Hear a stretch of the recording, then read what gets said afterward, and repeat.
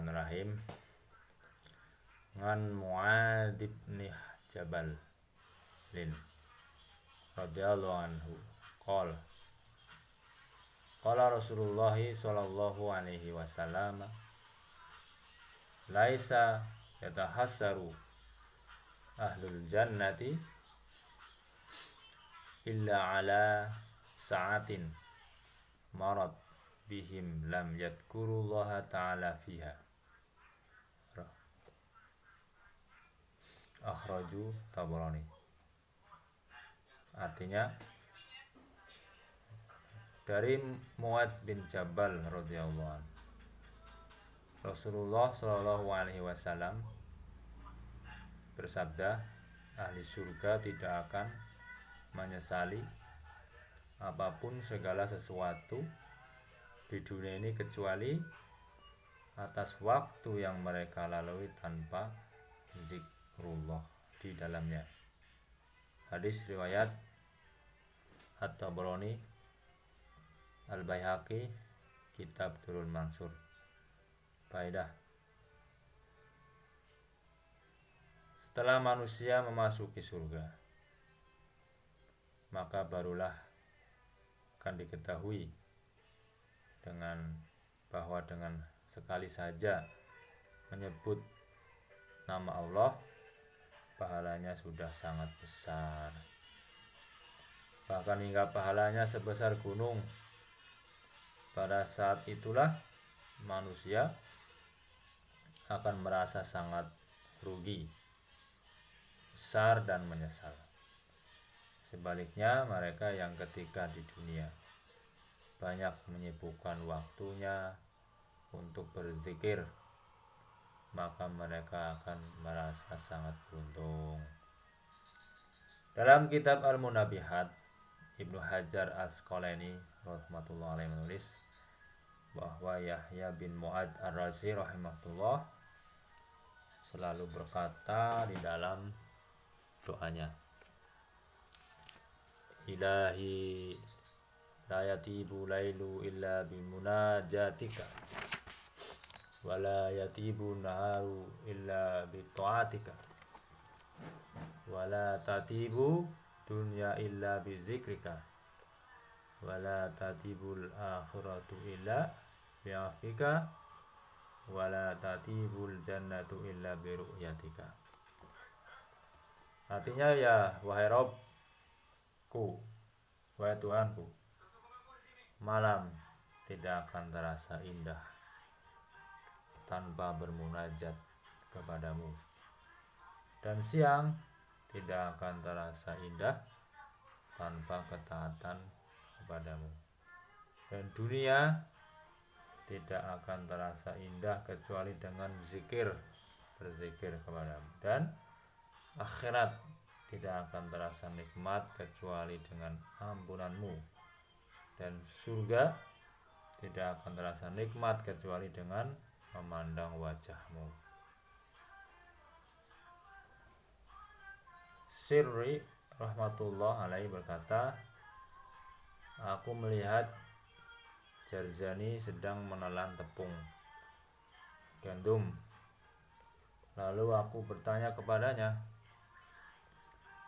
bagaimana engkau menelan tepung kering ini? Jawabnya, aku telah menghitung waktu antara mengunyah roti dan menelannya. Ternyata selisih waktu mengunyah dapat digunakan untuk berzikir subhanallah 70 kali. Oleh sebab itu, aku telah meninggalkan makan roti sejak 40 tahun yang lalu, dan sebagai gantinya aku menelan tepung gandum ini. Dikisahkan bahwa Mansur bin Muqtamar rahmatullah alaih tidak berbicara dengan siapapun setelah Isya selama 40 tahun. Diceritakan juga bahwa Robi bin Haisam rahmatullah alaih selama 20 tahun selalu menulis apa yang diucapkannya di selai kertas, dan pada malam harinya ia akan menghisapnya. Berapa banyak ucapannya yang penting dan berapa banyak ucapannya yang tidak penting. Insyaallah. Selanjutnya hadis 8. An Abi Hurairah wa Abi Sa'idin radhiyallahu anhuma annahuma syahida ala Rasulillah sallallahu alaihi wasallam annahu qala la yaqutu qaumun yadhkurunallaha illa hafat humul malaikatu wa ghashiyatuhumur rahmatu wa nazalat alaihimus sakinatu wa zakarahumullahu fi man 'indahu. Akhraja Ibnu Abi Syaibah wa Ahmad wa Muslim wa Tirmizi wa Ibnu Majah wal Baihaqi. Dari sahabat Abu Hurairah radhiyallahu anhu dan Abu Sa'id radhiyallahu anhu, sesungguhnya keduanya bersaksi bahwa Rasulullah sallallahu alaihi wasallam bersabda, tidak ada suatu kaum yang duduk berzikir kepada Allah dan diturunkan ketenangan jiwa kepada mereka, dan Allah membanggakan mereka di depan majelisnya. Hadis riwayat Ibnu Abi Syaiban, Imam Ahmad, Darul Mansur. Abu Dzar radhiyallahu anhu berkata, Rasulullah sallallahu alaihi wasallam bersabda, aku wasiatkan kepadamu bertakwa kepada Allah, karena takwa adalah induk segala urusan, dan selalulah membaca Al-Quran dan berzikir kepada Allah, karena dengannya namamu akan diingat di langit dan menyebabkan nur terpancar bagimu di bumi. Hadis riwayat At-Tabrani. Perbanyaklah waktu diam, janganlah berbicara kecuali kebaikan, sebab hal itu akan melindungi dari gangguan setan dan memudahkan pengamalan agama. Jangan terlalu banyak tertawa, karena hati akan mati dan memudarkan nur wajah. Teruslah berjihad, sebab itu kebanggaan umatku. Cintailah orang miskin, berbanyaklah duduk bersama mereka. Perhatikanlah kaum duafa, dan jangan sering memandang orang yang lebih tinggi derajatnya daripadamu, sebab dapat membuatmu tidak mensyukuri nikmat Allah terhadapnya. Mensyukuri nikmat Allah terhadapmu. Sambunglah silaturahmi, walaupun mereka memutuskannya. Katakanlah yang benar, walaupun pahit. Jangan hiraukan hinaan dalam bermuamalah dengan Allah. Pandanglah aib sendiri, jangan memandang aib orang lain. Janganlah marah atas kesalahan orang lain, padahal kita juga melakukannya. Wahai Abu Dzar, tidak ada kecerdasan yang melebihi perencanaan yang baik, dan menghindari perkara yang dilarang adalah takwa yang paling baik selain akhlak yang mulia. Tidak ada kemuliaan yang melebihinya. Faedah. Makna sakinah adalah diam dan tenang. Dapat juga diartikan suatu rahmat yang khusus. Terdapat berbagai penafsiran tentang rahmat, sebagaimana yang telah ditulis secara ringkas dalam risalah 40 hadis yang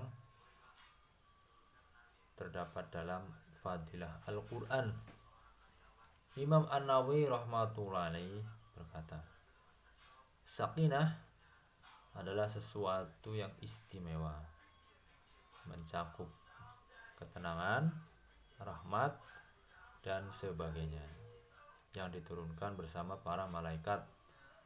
Allah membanggakan hal itu di hadapan para malaikat. Di antara penyebabnya adalah karena ketika Nabi Adam alaihissalam diciptakan, para malaikat berkata bahwa manusia hanya akan membuat kerusakan di muka bumi ini, sebagaimana disebutkan dalam hadis yang lalu. Kedua, karena malaikat telah diciptakan khusus untuk beribadah dan taat. Mereka tidak memiliki unsur maksiat, sedangkan manusia mempunyai kedua unsur yang menyebabkan kelalaian dan ketidaktaatan. Syahwat dan kelezatan adalah bagian dalam kehidupan manusia. Untuk beribadah, manusia harus berjuang menghindari rintangan dan kemaksiatan terlebih dahulu. Tentu yang demikian itu akan lebih utama. Sebuah hadis menyebutkan bahwa setelah Allah menciptakan surga, Allah memanggil malaikat Jibril alaihissalam dan berfirman kepadanya, "Lihatlah di dalamnya." Lalu datanglah ke sini. Malaikat Jibril alaihissalam menjawab, "Ya Allah, demi kemuliaan-Mu, jika manusia mendengar dan mengetahui isinya, maka seluruh manusia akan berusaha memasukinya agar dapat menikmati segala kelezatan, ketenangan, kesenangan, dan kenikmatan di dalamnya. Setelah meyakininya, siapakah yang tidak akan berusaha memasukinya?" Kemudian Allah menutupi jalan ke surga dengan berbagai kesusahan seperti sholat, puasa, jihad, haji, dan sebagainya. Siapa yang menjaga amal-amal tersebut niscaya dapat memasuki surga. Lalu Allah berfirman kepada malaikat Jibril alaihissalam, "Lihatlah surga sekarang." Setelah melihatnya, Jibril menjawab, "Ya Allah, jika demikian aku khawatir tidak akan ada manusia yang bisa memasukinya." Demikian pula Allah menciptakan neraka. Malaikat Jibril alaihissalam dipanggil dan disuruh melihat neraka. Setelah melihat, Jibril alaihissalam melihat isi neraka yang penuh dengan siksa, musibah, kekejian, dan segala kesusahan. Maka malaikat Jibril alaihissalam berkata, "Ya Allah, demi kemuliaan-Mu, jika manusia mengetahui hal ini, tentu tidak akan ada yang mau memasukinya." Lalu Allah menutupi neraka dengan segala kesenangan dunia,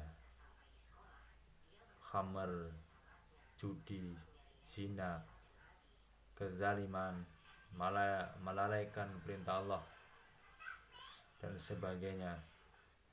Lalu Allah berkata kepada malaikat Jibril alaihissalam, "Sekarang lihatlah." Setelah melihatnya, malaikat Jibril alaihissalam berkata, "Ya Allah, jika demikian aku khawatir tiada seorang pun yang terbebas darinya. Itulah sebabnya orang yang mentaati Allah dan menghindari dosa patut mendapat pujian, sehingga Allah membanggakannya." Para malaikat yang disebutkan di dalam hadis di atas dan hadis-hadis lainnya adalah serombongan malaikat yang bertugas khusus. Mereka mendatangi majelis-majelis zikrullah dan majelis-majelis yang di dalamnya disebut nama Allah. Lalu mereka ikut mendengarkannya. Nabi Muhammad SAW bersabda, "Ada satu jamaah malaikat yang khusus berkeliling mencari majelis-majelis di mana nama Allah disebutkan di dalamnya, jika ditemukan, mereka akan memanggil teman-teman mereka. Mari, disinilah tempat yang kalian cari. Lalu seluruhnya akan berkumpul, bertumpuk hingga ke langit, sebagaimana yang dijelaskan dalam bab yang lain. Subhanakallahumma wa bihamdika asyhadu an la ilaha illa anta astaghfiruka wa atubu ilaik. Wassalamualaikum warahmatullahi wabarakatuh.